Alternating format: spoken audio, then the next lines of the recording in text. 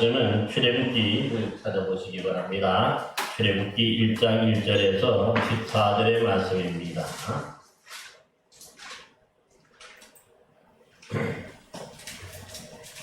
구약성경 82면 출애굽기 1장 1절에서 14절 말씀 한 절씩 교독합니다.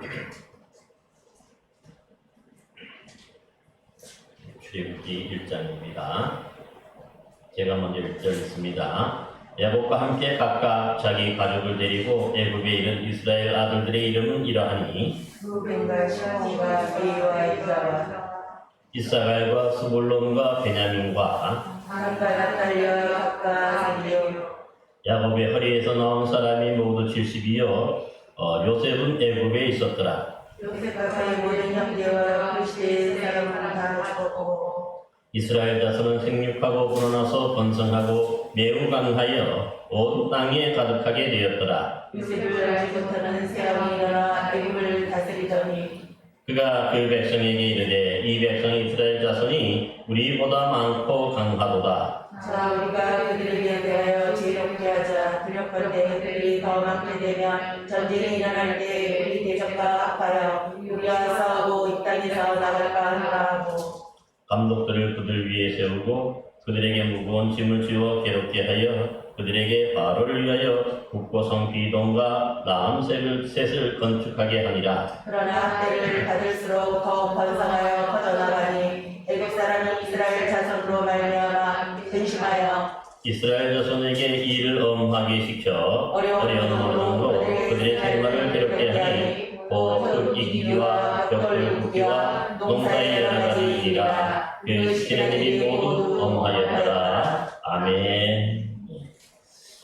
그렇습니다. 우리가 지난 시간까지는 고린도전서를 통해서 당시 교회 안에 있었던 여러 가지 문제들에 대해서 우리 하나님의 말씀을 한번 살펴보았습니다.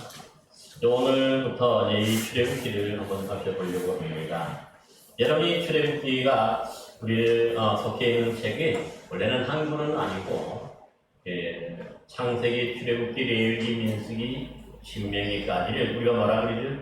바로 모세 오경이라고 그렇게 부르고 이 5권을 우리가 율법책이다, 율법서다 그렇게도 부르는 것을 볼 수 있습니다.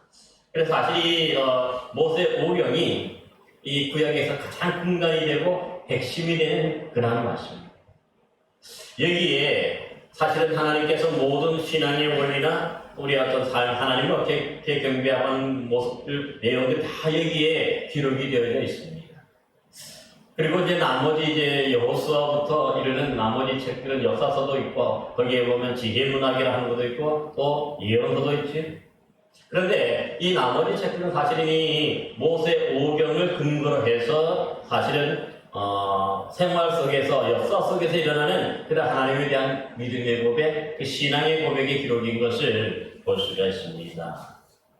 그러기에 우리 창세기부터 이 신명기까지는 하나의 다른 책이 아니라 서로 창세기, 출애굽기, 레위기, 민수기, 신명기까지는 서로 연결이 되어 있다는 것을 볼 수가 있어요.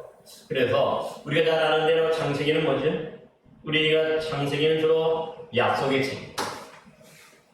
그래서 우리가 지난 시간에 우리가 요셉에 대해 야곱에 대한 말씀을 우리가 주일날 살펴보고 있습니다만, 그 아브라함에게 약속하시고 맨 첫사람 가인과 아담과 하야에게도 약속하시고 말씀하셨죠. 그 다음 노아에게도 말씀하시고, 그 다음에 이제 본격적으로 12장부터는 이제 믿음의 역사, 아브라함의 역으로부터 시작하는 그런 믿음의 조상, 믿음의 역사에 대한 말씀을 하죠. 그래서 12장 1절에서 2절도 보면은 하나님의 약속으로부터 시작을 해요. 그 다음에 그 약속과 축복을 누가 받습니까? 이 아브라함이 이제 죽으면서 그 아들 이삭에게 전달이 되죠. 원래 아브라함에게는 두 사람이 있었죠. 두 아들이 있었어요. 원래는 하갈의 여종에게서 난 사람의 이름이 뭐지? 이스마엘. 이 이스마엘이 있지만 하나님이 정해주신 아들이 따로 있었죠. 믿음의 아들. 백세에 낳은 아들이 누굽니까? 바로 이삭이죠. 그러니까 여기서도 보면 엄밀히 말하면 이 이스마엘이 장자인데 장자에게 그 축복과 약속이 이어지는 게 아니라 그 차자인 이 이삭을 통해서 이어져요. 그 다음에 이삭이 아브라함의 아버지 아브라함의 그 약속과 축복을 받았는데, 그 다음에 또 이 이삭에게는 아들이 2명 있었죠. 바로 쌍둥이 아들 형 에서와 동생 야곱이. 그런데 우리가 계속 살펴봤지만 어떻습니까? 형 에서에게 이 축복과 이 약속이 이어지는 게 아니라 그 동생 야곱에게 그 축복과 약속이 이어지는 것을 볼 수 있어요. 그 다음에 이 약속을 가지고 어디 가냐 하면은 이제 그 야곱이 몇 명을 낳지? 12아들을 낳지요. 12아들을 낳고 그래서 이제 번성하기 시작한 거죠.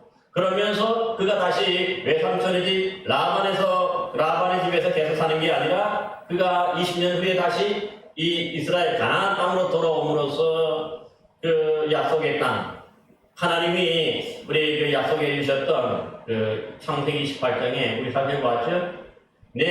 너가 누워있는 땅을 너가 너 후손에게 주겠다 하는 그 말씀대로 결국은 그 가나안 땅의 주인이 되지요. 그 다음에 이 야곱은 12명의 아들을 낳았는데 그 아들들이 바로 이스라엘의 12지파의 조상들이 되는 것을 볼 수가 있습니다. 근데 여기서 그친 게 아니라 그 다음에 요셉이 있었는데 그 11번째 아들이죠. 이 요셉이 애굽의 이 종으로 팔려가. 그 형들이 그 요셉이 꿈을 꾸고 한 것을 미워하고 시기해서 결국은 요셉을 애굽에게 아버지 몰래 팔아버리는 거죠. 죽은 것처럼 위장해서. 그래서 이 애굽에 내려가지만 요셉은 어떻게 합니까? 거기서 하나님이 그와 함께 하심으로 범사의 하나님이 그를 형통하게 하십니다.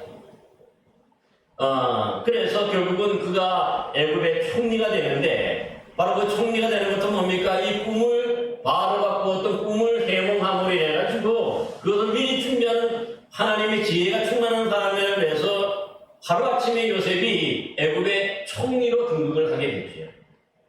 그런데 이 총리로 되어서 그가 바로 왕의 꿈을 해몽한 대로 7년 흉년이 들고 7년 풍년이 들고 7년에 엄청난 기근이 들게 되죠. 흉년이 들게 되죠. 그래서 이 요셉은 미리 7년 동안에 곡식들을 없애지 않고 긍청만큼 다 버리지 않고 어떻게 합니까? 잘 발기했다가 이 흉년의 날에 그것을 뭡니까? 섬기 시작하죠. 그래서 사실은 그 근동 지방의 모든 나라들이 민족들이 먹을 것이 다 떨어져서 결국은 애굽으로 올 수밖에 없는 그런 상황이 되고 결국은 이 요셉의 아버지 야곱과 그의 11명의 이 형제들도 결국은 이 기근의 날, 이 흉년의 날에 살기 위해서 뭡니까? 먹을 것을 구하기 위해서 애굽에 내려와서 결국은 요셉을 만나게 되는 것이죠. 그 다음에 어떻게 됩니까? 거기서 요셉은 아버지 이삭과 아버지 야곱이죠. 아버지 야곱과 나머지 형제들 다 초청해서 사실 그 이집트 애굽에서 가장 비옥한 땅인 이 나일강 삼각지 주에 있어요. 그게 바로 고센 땅인데 거기에 살 수 있도록 터전을 마련해 주지요. 그래서 오늘 본문은 이런 요셉이 이제 애굽에 자기 가족들을 초청해서 거기 살게 되었는데 그때 내려가는 인원이 약 한 70명 정도 되는 것이죠. 근데 거기서 이제 야곱도 17년을 더 살다가 이 애굽 땅에서 죽게 되고 요셉도 거기서 죽게 되는데 요셉이 죽으면서 한 가지 유언을 남기는데 뭐라고 남기냐 하면은 언젠가 하나님이 이스라엘을 이집트에서 끌어내어서 꿈에 그리던 가나안 땅으로 갈 때에 그 자신의 뼈를 가져다가 가나안 땅에 묻어달라 그렇게 얘기합니다. 이것이 상당히 중요해요. 이것이 뭐냐면 이 요셉의 유언이 창세기와 바로 이 출애굽기를 연결하는 그런 이 연결점이 되기 때문에 그래요. 이 요셉이 창세기 50장에 이 유언을 하고 이제 죽게 되는데 근데 놀라운 일이 뭐냐면 그 후에 이제 출애굽기는 갑자기 400년이라고 하는 시간이 흘러요. 400년이면은 엄청나게 많은 시간이 되는 거죠. 그래서 이 400년 후에 이제 그 이스라엘 백성들이 이제 그 애굽에서 어떤 일을 당하였는가 이제 이것을 보여주면서 그 꿈을 이루기 위해서 성취하기 위해서 이제 하나님께서 역사하시는 것을 보여주는 것. 그 구원의 역사가 바로 뭐냐면 이 출애굽기고 또 바로 이 그들이 이 뭡니까 애굽에서 탈출하여서 하나님의 구원을 받아서 이제 가나안 땅에 들어가기 시작하는 출발점이 되는 것이 바로 이 출애굽기인 것을 볼 수가 있어요. 그래서 이 출애굽기는 창세기와도 이렇게 연결이 되고 뒤에 가면 이제 그 시내산에서 하나님으로부터 이 십계명을 더불어서 말씀을 받고 성막의 그런 모형도를 받게 되죠. 그러면서 거기에 따라 제사를 드리라고 하는데 이제 레위기는 어떻습니까? 그 출애굽기의 말씀에 근거해서 모세가 시내산에서 받았던 그 제사법 성막이나 이런 것들 통해서 이제 완성을 하고 거기에 제사를 어떻게 드리느냐 5대 제사를 비롯해서 그들이 지켜야 할 그런 것들 거룩함을 지키기 위해서 너희들이 어떻게 살아야 될 것인가 하는 것을 계속 기록한 것이 바로 뭡니까? 레위기가 되는 거죠. 그래서 레위기는 이미 우리가 고린도전서를 우리 전에 할 때 이미 우리가 함께 수요일 날마다 우리가 묵상하면서 살펴본 것을 볼 수가 있습니다. 그래서 오늘 이제 시작이 뭐냐면 출애굽기는 창세기가 이 레위기를 연결되는 가장 중요한 책인데 그 이유가 뭐죠? 바로 탈출과 구원이라고 하는 이것이 엄청나게 중요한 사건입니다. 구원을 받았기에 그들이 광야에 갈 수가 있었고 광야에서 40년간 지내다가 또 뭡니까? 이제 약속의 땅 가나안 땅에 들어가게 되는 것을 볼 수가 있습니다. 그러기에 오늘 본문의 시작은 뭐죠? 창세기를 마지막하고 연결시키고 있어요. 그래서 보면은 야곱과 함께 각각 자기 가족을 데리고 애굽에 이른 이스라엘의 아들들의 이름은 이러하다 하면서 야곱의 12아들의 이름을 기록하고 있으므로 시작합니다. 그러니까 이것을 밝히는 이유가 뭘까요? 이렇게 연결하는 이유가 뭘까요?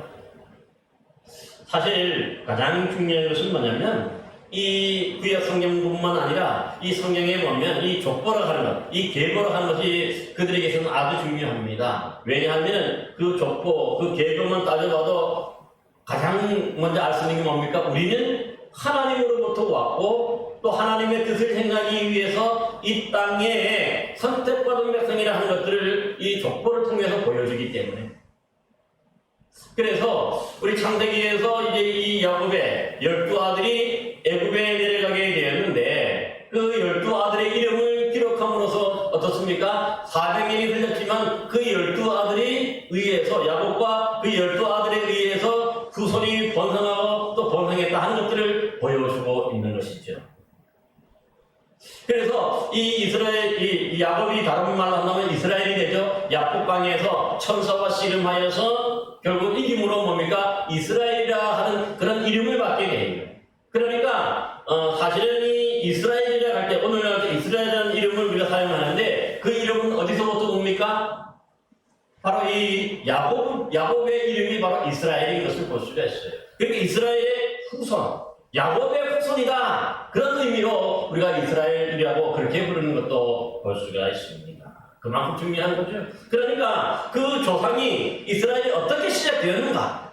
그것이 이제 야곱의 12아들로부터 시작해서 이 애굽에서 400년을 지나면서 엄청나게 오늘 번성했다고 얘기하죠. 한번 여러분 보세요. 7절 말씀 한번 같이 한번 읽어봅시다. 7절 말씀 다 같이 한번 읽어봅시다. 시작. 이스라엘 자손은 생육하고 불어나 번성하고 매우 강하여 온 땅에 가득하게 되었다 말하죠. 그러니까 이스라엘 야곱으로부터 시작되니 또 그 다음에 12아들로부터 시작되는 12지파의 조상으로 시작돼서 400년이 지나고 난 다음에 그들이 엄청나게 숫자가 많아지고 그래서 그들이 뭡니까? 이런 하나님의 은혜와 축복을 받았다는 것을 분명히 보여주는 거죠. 여러분 잘 아는 대로 우리가 이미 생각했던 그 살펴본 대로 잘 아는 것처럼 뭐죠? 이 아브라함에게도 맨 처음에 우리가 잘 아는 대로 뭐죠? 아담에게도 하나님이 뭡니까 생육하고 번성하여 땅에 충만하라 그렇게 뭡니까 명령하셨죠. 창세기 1장에 보면. 그런데 이 말씀이 아브라함에게도 그대로 적용이 돼요. 그래서 창세기 15장에 보면 이 생육하고 번성하여 땅에 충만하라고 하는 이 하나님의 축복이 아브라함에게 주어진 축복이고 약속이. 그 다음에 이 이스라엘의 아버지였던 이 뭡니까? 이삭에게 이어지고 이삭은 바로 이 이스라엘 야곱에게 이어지게 돼서 그 야곱을 통해서 12아들을 통해서 생육하고 번성하기를 계속해서 시작하는 것을 볼 수가 있습니다. 그래서 여러분 잘 아는 대로 아브라함의 자손이라고 다 이스라엘 족속이라고 그러지 않고요. 그 다음에 또 뭡니까 이삭의 아들이라고 해서 다 이스라엘이라고 하지 않아요.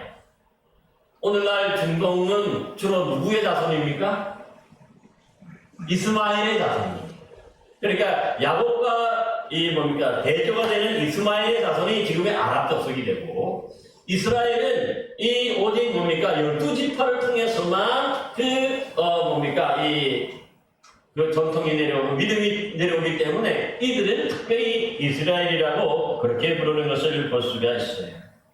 그만큼 뭡니까 이것이 출애굽기를 시작하면서 창세기 전체를 사실은 뭡니까 요약한 것이죠. 요약했고. 그래서 아브라함에게 약속하셨고 이삭에게 약속하셨고 야곱에게 약속하셨던 생육하고 번성하여 땅에 충만하라는 이 말씀이 이제 그 가나안 땅에서 이루어진 게 아니라 애굽에 내려와서 애굽의 고센 땅에서 400년 동안 이 생육하고 번성하고 충만한 그런 뭡니까 역사가 거기에서 이루어지고 약속이 이루어지는 것을 봐요. 이게 엄청난 것이죠. 그래서 잘 아는 대로 이스라엘 자손이 출애굽할 때 몇 명이라 그랬습니까? 60만 명이 조금 넘지요. 장정만 남자만 그러니까 이 20살 이상 전쟁에 싸우러 나갈 수 있는 남자만 20살 이상 약 한 60세까지를 이 전쟁을 할 수 있는 그런 나이인데 이 나이대만 60만 명이니까 노인이나 또 어린아이를 또 부녀자들을 하면 약 한 200만 내지 약 한 300만 정도 될 거라 그렇게 추정을 하는 거죠. 그러니까 야곱 한 사람으로부터 시작되었는데 그것이 지금 400년 후에는 엄청나게 생육하고 번성하여서 땅에 충만한 그런 복을 받음으로 하나님께서 그들에게 이 복 주셔서 그대로 이루어졌다 하는 것을 보여주는 것입니다. 그러니까 창세기에서는 약속하셨고 그 축복하셨지만 이 출애굽기에 보면 어떻습니까? 그 약속하시고 축복하셨던 말씀대로 이루어지고 또한 성취되었다는 것들을 우리가 분명히 보일 수가 있는 것이죠. 그러므로 우리가 주일날도 살펴봤지만 이 야곱의 인생에서 뭡니까? 창세기 28장에 그가 형 에서를 피해서 외삼촌의 라반의 집으로 도망가다가 그 한 곳에 이르러서 돌베개하고 잠을 자는데 하나님이 세 가지 약속을 해주셨죠. 첫 번째가 뭐냐면 바로 이것이죠. 내가 누워있는 땅을 너와 내 자손에게 주시겠다는 것이고 두 번째 약속이 뭐였죠? 내 두 손의 번성과 또 그들의 복의 근원이 될 것임을 약속해 주시고 세 번째로는 내가 어디를 가든지 너와 함께 있겠다 하는 임마누엘의 약속을 해 주셨는데 그대로 이루어진 것을 볼 수 있어요.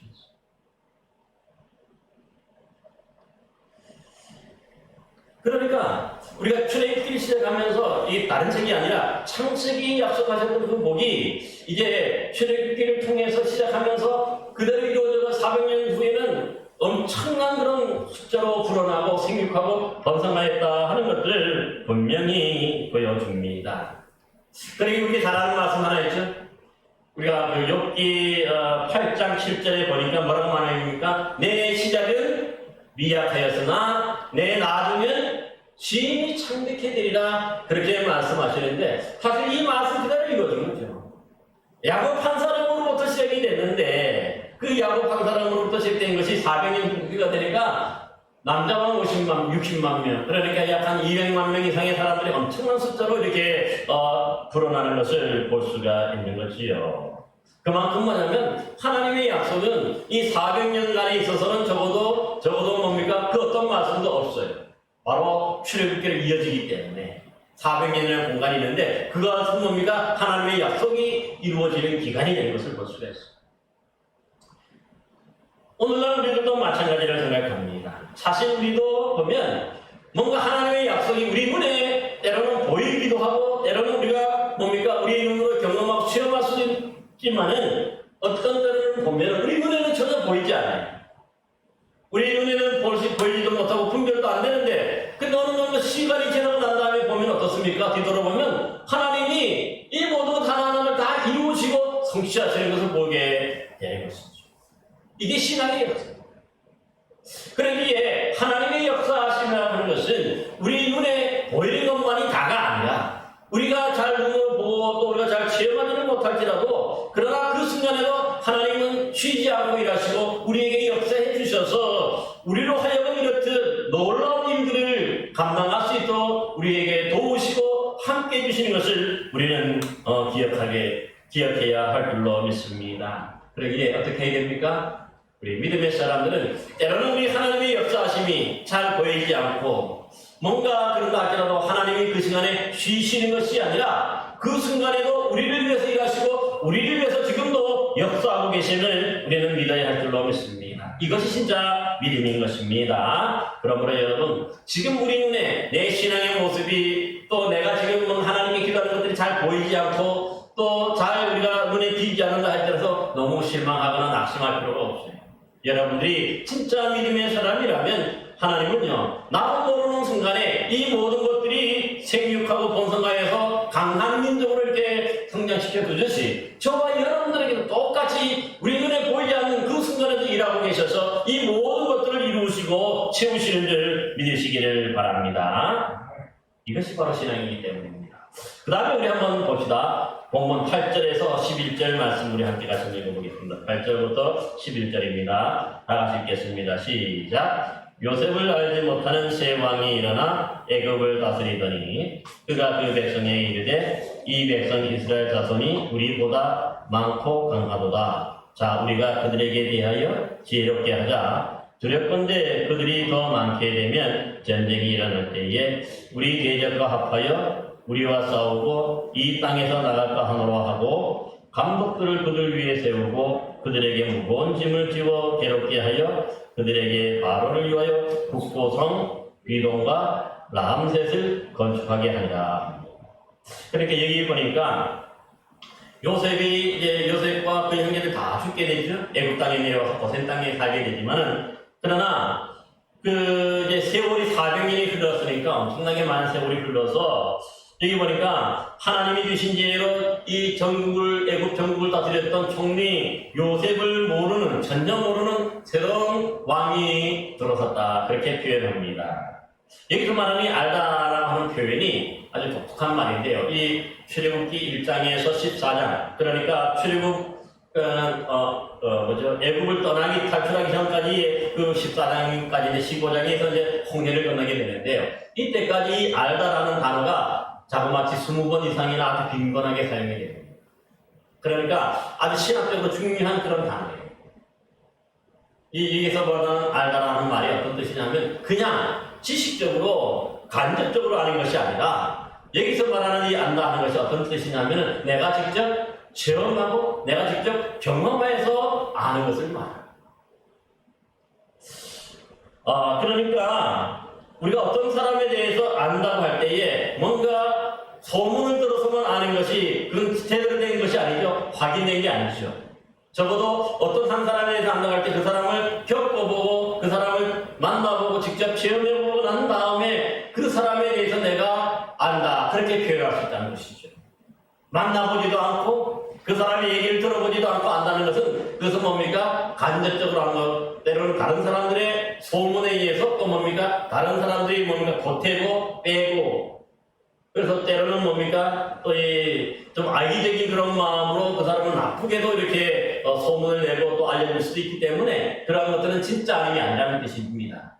우리가 안다고 할 때 그런 거는 뭡니까? 내가 직접 만나보고 내가 직접 체험해보고 내가 직접 경험해본 것들 그것이야말로 뭡니까? 진짜지 진실인 것이죠. 바로 여기서 말하는 이 안다 할 때도 요셉을 몰랐다 할 때도 그런 뜻입니다. 그러니까 전쟁이 요셉에 대해서는 전혀 모르는 사람이고 무관심했던 그런 왕인 것을 우리는 말씀하고 있습니다. 여러분이 새로운 왕은 왜 요셉에 대해서 알지 못했을까요? 사실 이 말은 다른말로 바꾼다면은 요셉을 잘 알고 했던 그런 애국 왕조가 완전히 무너지고 완전히 이제 새로운 나라, 새로운 왕조가 들어섰다 하는 그런 뜻입니다. 예를 들면 우리나라도 마찬가지죠. 고려 왕조가 무너지고 난 다음에 이씨 왕조가 조선이라는 이씨 왕조가 다시 들어서게 됐죠. 그러니까 전혀 다른 나라가 됩니다. 그러니까 새로 들어선 왕조로서는 어떻습니까? 과거의 왕조에 협력하고 과거 왕조를 도왔던 그런 사람들을 알 필요가 있을까요? 없죠? 별로 없는 거죠. 그러니까 새로운 왕조 중심으로 써내려가기 때문에 그것도 400년 전의 사람이기 때문에 알 필요가 없는 거죠. 그러니까 완전히 나라가 바뀌었다 하는 그런 뜻이 돼서 결국은 보면 이 왕이 새로 들어선 왕이 만약에 요셉을 제대로 알았다면 이스라엘 백성들을 학대하고 이스라엘 백성들을 괴롭혔겠습니까? 아니겠죠. 바로 이 애굽의 백성들을 정말 지켜주고 도와주고 잘 다스렸던 그런 왕이 총리이기 때문에 그 사람의 후손들을 기릴 수밖에 없을 거예요. 그렇지만 새로 왕조가 들어섰기 때문에 오히려 그런 사람들이 완전히 배척하는 거죠. 요즘에도 우리나라 대통령 하나 바뀌면 어떻습니까? 전 정권에서 일했던 사람들 사실은 수사 대상이 많이 오르는 거죠. 왜냐하면 그 사람들을 어느 정도 이렇게 깔아내려야 새로운 왕조가 뭔가 정당성도 없는 것 같고 좀 더 잘하는 것처럼 느껴지기 때문에 그렇게 하는 거죠. 똑같은 거죠. 그러니까 요셉에 대해서 이렇게 좋은 그런 마음을 가질 수가 없는 것을 보게 됩니다. 따라서 이제 새로 이 들어선 왕조가 볼 때는 그런데 보니까 어떻습니까? 이스라엘 민족이 자기들보다도 더 많아졌어요. 한 사람으로부터 야곱 한 사람, 이스라엘 한 사람으로부터 지금 그 후손이 보니까 오늘 본문에 보니까 자기들보다 더 많아졌다는 거예요. 그러니까 위험을 느끼고 두려움을 느끼게 되는 거죠. 그러니까 어떻습니까? 이들을 이대로 내버려두면 안 되겠다 싶은 거죠. 이들이 오히려 우리에게 적대감을 품고 다른 전쟁이 났을 때 대전자들에게 협조하면 쉽게 무너질 수 있기 때문에 이들에게 뭔가 대책이 강구해야 되는데 그게 뭡니까? 이들의 더 이상의 번성하지 못하게 하고 또 생육하지 못하도록 제한하는 거죠. 다음 시간에 우리가 살펴볼 거예요. 그래서 이제 이 남자들은 태어나면 다 죽이라는 거고 여자애들만 그렇게 살려서 키우는 것을 볼 수 있어요. 그래야 그 여자아이를 통하여서 노예로 삼을 수가 있기 때문에. 그래서 결국은 이제 그 대책이라는 것이 산하 제한을 하고 또 한 가지가 뭐냐면 이렇게 가벼내면 안 되고 이들 정도 영향력을 확대하지 못하고 또 영향력을 키우지 못하게 하기 위해서 어떻게 합니까? 그들을 박해하고 힘들게 하고 어렵게 해야 되는 거죠. 그래서 오늘 뭐라고 합니까? 감독들을 그들 위에 세우고 그들에게 무거운 짐을 지워 괴롭게 하여 그들에게 바로를 위하여 국고성인 비동과 라암셋을 건축하게 한다. 그렇게 말하죠. 그러니까 이런 큰 대봉사가 되는데 이런 대봉사에 이스라엘 백성들을 노예 취급해서 그들에게 학대하는 거죠. 억압하는 거죠. 감독을 세워서 그 노동력에 돈도 받지 못하고 그냥 동원하게 되는 거죠. 성을 짓는데 동원하게 되는 거죠. 그러니까 낮에 피곤하고 힘들게 하면 어떻습니까? 이 자녀들을 좀 낳는데 좀 소홀히 하게 되고 그렇게 되고 또 그래야 미리 이 감독을 세워서 그들을 통치하고 그들을 다스리게 되는 거죠. 억압하게 되는 거죠. 그래야 그들의 이 영향력이 꼼짝달싹 하지 못하게 이게 가두어지기 때문입니다. 아까도 말씀드렸지만 우리나라 요즘에 보면 정권이 바뀔 때마다 전 정권에 대해서 했던 사람들 전 대통령부터 해가지고 수사해가지고 다 집어넣고 하지. 그 이유가 뭐냐면 그들이 설치면 설칠수록 새로 출발하는 이 정권으로서는 부담감이 큰 거고 위험감이 큰 거지요. 백성들이 왜냐하면 비교하고 하니까. 그러니까 먼저 이 전 정권의 잘못된 것들을 끌어내서 그렇게 해야 이 새로운 정권이 잘하는가 보다 겉으로 보여줄 때는 그렇게 이해하기 때문에 일부러 그렇게 하는 것을 볼 수가 있습니다. 똑같은 것을 행하는 것이죠. 그런데 여기서 이렇게 그럼 하나님이 생육하고 번성하게 해서 땅에 충만하게 해서 그 복을 받아서 이렇게 이스라엘 백성들이 늘어나고 번성했는데 그럼 왜 하나님이 그들을 이렇게 보호하지 않고 지켜주지 않을까요? 이렇게 힘든 일에 내몰게 되었을까요? 하루아침에 이루어진 게 아니에요. 우리 한번 찾아봅시다. 창세기 15장 13절 14절 한번 찾아보셔야 돼요. 창세기 15장 13절 14절 말씀 한번 보셔요. 찾으셨습니까? 18면 구약성경 13절 14절 말씀 한번 같이 한번 봅시다. 시작. 여호와께서 아브라함에게 이르시되 너는 반드시 알라 내 자손이 이방에서 객이 되어 그들을 섬기겠고 그들은 400년 동안 내 자손을 괴롭히리니 그들이 섬기는 나라를 내가 징벌할지며 그 후에 내 자손이 큰 재물을 이끌고 나오리라. 이 아브라함에게 하셨던 그런 약속의 말씀, 예고의 말씀이 있습니다. 근데 400년 후에 이 창세기 15장 13절 14절에서 예고했던 그 말씀대로 애굽에서 그대로 이루어진 거지. 문자 하나 틀리지 않게, 토시 하나 틀리지 않게 그대로 이루어졌다는 것들을 지금 보여주는 것이죠. 그만큼 뭐냐면 하나님의 약속은 한마디도 틀림이 없다는 것들을 우리에게 보여주고 있는 것을 볼 수가 있습니다. 그러기에 지금 이 이스라엘 백성들이 이렇게 생육하고 번성했지만 또 새로운 왕조가 들어서 가지고 그들을 박해하고 괴롭히는 이유가 뭐냐? 바로 이 창세기 15장에서 하나님께서 아브라함에게 약속하셨던 예고하셨던 그 말씀이 이들에게 지금 그대로 이루어졌다 하는 것들을 보여주고 있는 것을 볼 수가 있습니다. 그래서 그전에는 사실 귀족 대우받으면서 내려갔어요. 그렇지만 400년이 지나고 난 다음에 이 정권이 바뀌면서 그들이 이제 학대가 시작이 되고 괴롭힘이 시작이 되어서 결국은 이런 귀동과 라움셋을 건축하는데 이 동원함으로 노예로 완전히 전락하게 되는 그러한 것을 볼 수가 있습니다. 따라서 오늘날 우리들도 마찬가지인 것 같아요. 사실 이스라엘 백성들이 이렇게 생육하고 번성한 것도 하나님의 복을 받고 하나님의 축복을 받았기 때문에 그렇게 된 것 아닙니까? 그 복을 받으니까 그들이 복 받는 것들이 너무 뭡니까? 다른 사람들 믿지 않는 사람들이나 다른 사람들을 볼 때 어떻게 보여요? 그거 자체로? 이거 자체로 위험이 되고 두려움이 되고 시기의 대상이 되고 미움의 대상이 되는 것을 우리는 종종 보게 되는 것이죠. 그러다 보니까 결국 하나님이 너무 크게 우리가 복을 받고 하나님의 복과 은혜를 받으니까 믿지 않는 사람들이나 이런 사람들이 오히려 그 시기 질투에서 더욱더 때로는 괴롭힘의 대상이 되는 것도 볼 수가 있어요. 하나님이 우리를 괴롭히게 하는 게 아니라 사실 하나님이 우리에게 주시는 복이고 은혜고 축복인데 그것을 시기하고 질투하는 마귀 사탄이 바로 이런 식으로 해서 우리를 괴롭히고 어렵게 하고 힘들게 한다는 것들도 보고 있습니다. 여러분 한번 욥을 보시기 바랍니다. 잘 아는데 욥은 어떻습니까? 욥기 1장에 보면 완전하고 정직하여 하나님을 경외하며 악에서 떠난 자라 하였는데 그리고 또 그가 하나님으로부터 복도 많이 받아서 10명의 아들, 딸을 낳았고 이 재산도 동방에서 가장 많은 부유한 그런 사람이었습니다. 그런데 어떤 일이 일어납니까? 사단이 이렇게 욥이 복받는 것을 시기하고 질제해서 어떻게 합니까? 욥에게 하루아침에 바람이 불게 해서 그 집이 무너지게 해서 10명의 아들을 다 빼앗아가 버리고 또 어떻게 하죠?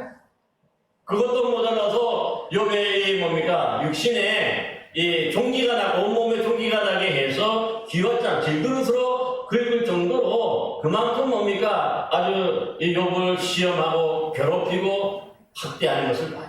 왜 하나님 부인하도록 만들기 위해서죠? 그렇지만 욥은 어떻게 이깁니까? 내가 단련을 받은 후에는 순금같이 되어 나오리라 하는 그런 믿음의 고백을 통해서 이런 것들 잘 견디죠. 그러자 나중에 그 욥기 42장에 가면 처음에 받았던 그 복의 10배, 아니, 갑절의 복을 더하여 주셨다. 그렇게 기록하고 있어요. 그러니까 우리가 잘 알아야 되는 것이 뭐냐면 하나님의 백성들이 우리가 하나님의 은혜와 복을 받아서 잘 되는 때도 있지만 또 그것을 시기하고 질투하는 사람들이 있어서 그것 때문에 어려움도 당하고 그것 때문에 뭡니까? 괴롭힘도 당하고 힘든 일도 당하게 된다는 거예요. 이런 일들은 하나님이 하시는 게 아니라 누가 하는 거예요? 사탄이 역사해서 그렇게 하는 거예요. 신약 성경에 보면 똑같아요. 하나님이 우리를 괴롭히지 않으셔요.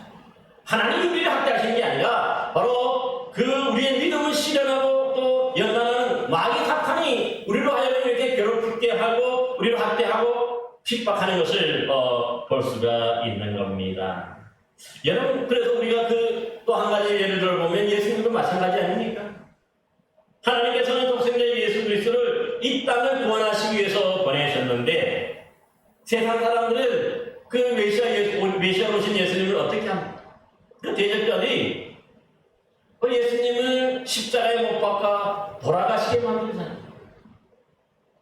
그거 자체가 뭐냐면 한 사람이 죽어서 모든 사람을 모든 사람의 한 사람을 희생하는 게 마땅하다가는 그 요한복음 11장에 보면 대제사장 가야바의 그런 대화 속에 잘 기록이 되어 있어요. 왜냐하면 예수님의 인기가 너무 높아가고 도들 호산나 다윗의 자손이여 지금 우리에게 오셔서 우리를 구원하소서 그렇게 하면서 예수님을 영접하죠. 그러니까 그것 때문에 이 대제사장이나 이런 사람들이 예수님을 그렇게 죽이려고 계획하고 결국 십자가에 못 박은 것을 봐요. 그럼 하나님은 어떻게 하십니까? 합력하여 선을 이루게 하시죠. 오히려 그걸 통해서 예수님이 하나님께 드려지는 제물이 되게 하고 제사가 되게 하셔서 구원해 주시는 그 구원의 방법이 되는 것을 봐요.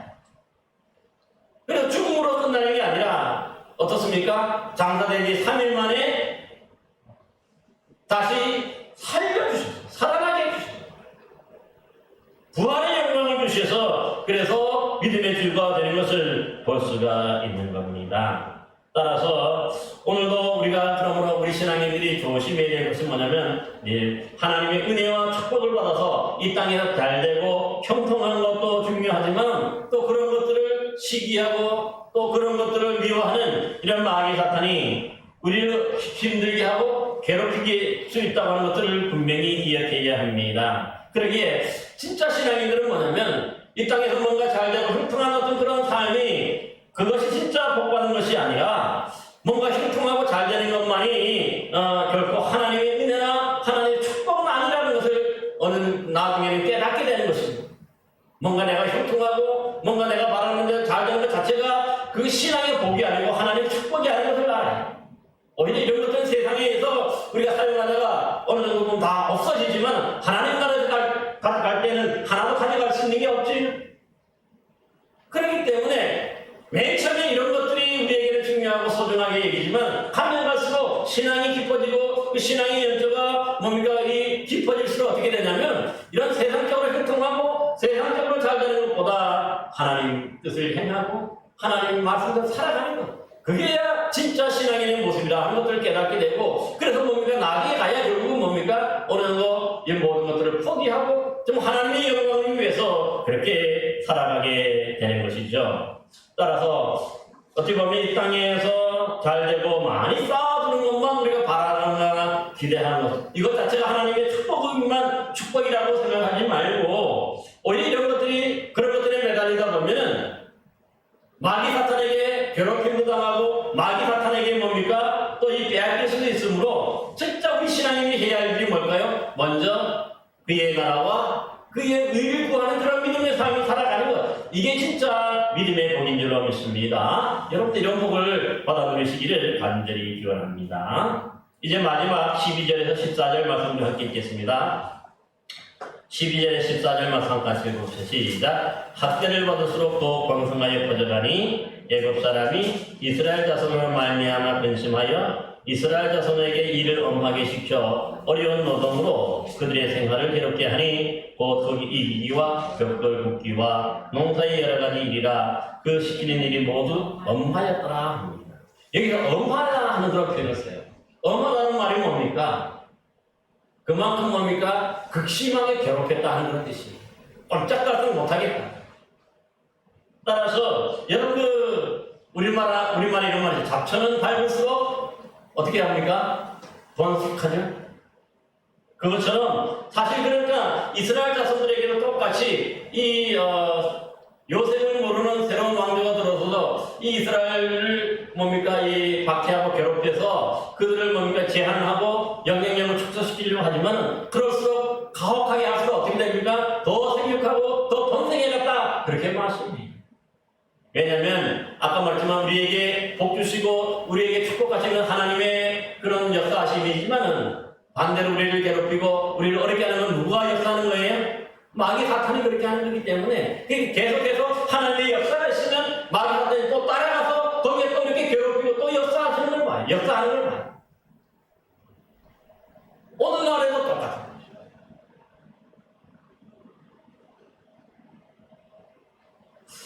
여러분 초대교회도 똑같지 않아요? 여러분 초대교회가 이 예루살렘 교회 우리 사도성경을 통해서 살펴보았습니다만은 초대교회 예루살렘 교회를 이 서울로 비롯해서 그 당시 이제 이 지도자들이 대대적인 박해를 가하죠. 스데반 집사님을 돌로 쳐서 순교시키고 또 대대적으로 박해해가지고 예루살렘 교회를 완전히 진멸했다. 사람들을 성도들 예수 믿는 사람들 잡아다가 죽이고 또 어떻게 합니까? 감옥에다 넘기고 또 예수를 부인하고 믿지 못하고 그렇게 온갖 괴롭힘을 다 했어요. 그런데 놀라운 일이 그래서 이제 그 예루살렘 교회는 사도들 외에는 다 흩어졌어요. 사방을. 그런데 그래가지고 이 예루살렘 교회가 거기서 멈추고 거기서 끝났을까요? 결코 아니잖아요. 놀라운 일이 뭐냐면 이때 박해를 받고 괴롭힘을 당해서 이 이방 지역으로 흩어졌던 사람들이 뭘 합니까? 자기들이 가는 곳마다 복음을 전해서 이방 지역에 교회를 세우죠. 그래서 이방 최초로 세워진 교회가 바로 시리아 안디옥 교회예요. 지금 시리아 땅에 있는 안디옥 지방이 있는데 거기다 교회를 세워요. 그리고 그 교회가 또 어떻게 하죠? 이 바나바와 바울을 최초로 이방인의 선교사로 세워서 파송을 해요. 그래서 이 아시아 지방을 가서 이 교회를 세우게 되는 거죠. 루스드라, 더베, 이고니온 이쪽으로 가서도 교회를 세우고 그 다음에 라오디기아, 빌립보, 골로새, 라오디기아, 히에라볼레, 그 다음에 두아디라, 사데, 빌라델비아, 또 에베소, 서무나, 버가모 교회, 또 유럽으로 넘어가서 빌립보, 데살로니가, 또 뭡니까? 베레아, 그 다음에 아데, 그 다음에 고린도, 갱그레아, 그 다음에 로마. 이 계속해서 가는 곳마다 흩어진 사람들이 오히려 더 이 교회가 더 많이 세워지는 것을 볼 수가 있습니다. 그래서 오늘날도 우리가 마귀 사탄이 우리를 이렇게 괴롭히고 힘들게 하지만요. 그것으로 하나님의 일이 방해해서 하나님의 일이 멈추거나 하나님의 일이 뭡니까? 절대로 뭡니까? 이 멈추거나 그러지는 않아요. 계속해서 하나님께서 역사하시니까 또 더 크게 역사해가는 것을 볼 수가 있는 것입니다. 그래서 여러분들 초대교회에서도 보면은 로마 황제가 황제를 주님이라고 황제를 하나님이라고 해서 황제 숭배를 막 강요해요. 그러니까 황제 숭배를 강요할 때 어떤 일이 벌어집니까? 이 사람들이 이 초대교회 신앙인들이 그 예수님에 대한 예수님을 부인하지 못하고 예수님 때문에 그 화양장으로 끌려가고요. 때로는 뭡니까? 아주 뜨거운 사막 한가운데 광야 한가운데 그냥 묶여가지고 가만히 내려뜨리면 어떻습니까? 뜨거운 태양 밑에 내려뜨리는 그 햇빛 때문에 다 죽어요. 얼마나 괴롭겠습니까? 때로는 야고보 사도처럼 참수당하기도 하고 정말 이런저런 수모와 온갖 박해와 핍박 또 이 글라우디오 황제 같은 경우는 이 유대인을 다 뭡니까? 로마에 다 내쫓아버리기도 하는 이런 일도 당하고 하지만 추방령도 당하고 하지만 그렇다고 해서 교회가 멈추거나 하지는 않았어요. 하나님의 역사는 계속해서 이어지는 거예요. 새로운 사람을 통해서 새로운 역사를 이어가는 것을 볼 수가 있는 겁니다. 그러면 우리 이 신앙인들이요. 때로는 우리가 힘든 일도 있고 어려운 일도 있어요. 예수 믿는 그 순간에 우리가 모든 뭡니까? 어려움과 모든 것들이 뭡니까? 마귀 사탄이 완전히 물러가고 그래가지고 우리가 정말 평안하고 형통하고 그런 일들만 있는 줄 알았는데 예수 믿다가 보면 어떻습니까? 오늘 본문 말씀처럼 오히려 신앙인들 더 괴롭히고 더 힘들게 만들고 그렇게 해요.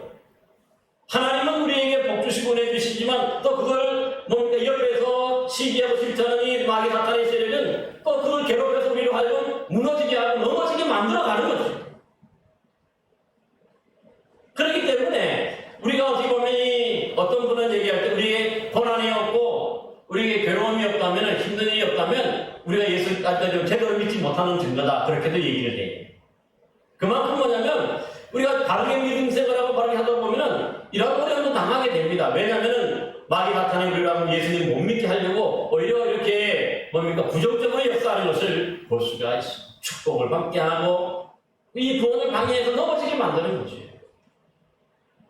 그러게 이럴 때 우리가 잘 이기고 우리가 그래야 하나님은 또 뭡니까 합력하여 손을 이루도록 그렇게 역사해 주시는 것입니다. 여러분 보셔요. 초대교회 역사가 그걸 증명하고 오늘날까지도 보면 수많은 사람들이 그래서 뭡니까 예수 믿으면 다 복받는 줄 알았는데 그게 아니야. 때로는 어려움도 당하고 때로는 힘든 일 더 많이 당했어. 우리 잘 아는 대로 여러 순교자들이 많이 생겨나는데 정말 그들이 하나님 바로 믿고 바른 신앙생활을 하죠. 그러면 그들이 다 복을 받고 순교 당하지도 말아야 되죠. 그래도 오히려 보면 어떻습니까? 이들이 열심히 하나님의 말씀을 전하고 또 은혜를 받고 하니까 또 마귀 사탄도 같이 덩달아서 역사해가지고 그들을 넘어뜨리려고 더 크게 역사합니다. 그래서 순교 현장이 생기고 그래서 박해 현장이 생기고 괴롭힘의 현장이 생기는 거예요. 이럴 때 우리가 잘 믿음으로 이겨야 할 줄 믿습니다. 그래야 우리가 하나님이 주신 이 축복과 약속이 그래야 우리의 것이 되고 이걸 이기고 견뎌야 그래야 우리가 하나님 나라의 자녀가 되고 하나님 나라의 백성이 된 줄로 믿습니다. 우리 마지막으로 우리 한번 찾아보시기 바랍니다. 신약 성경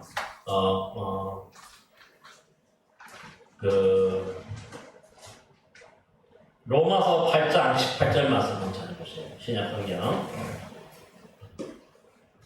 로마서 8장 18절 말씀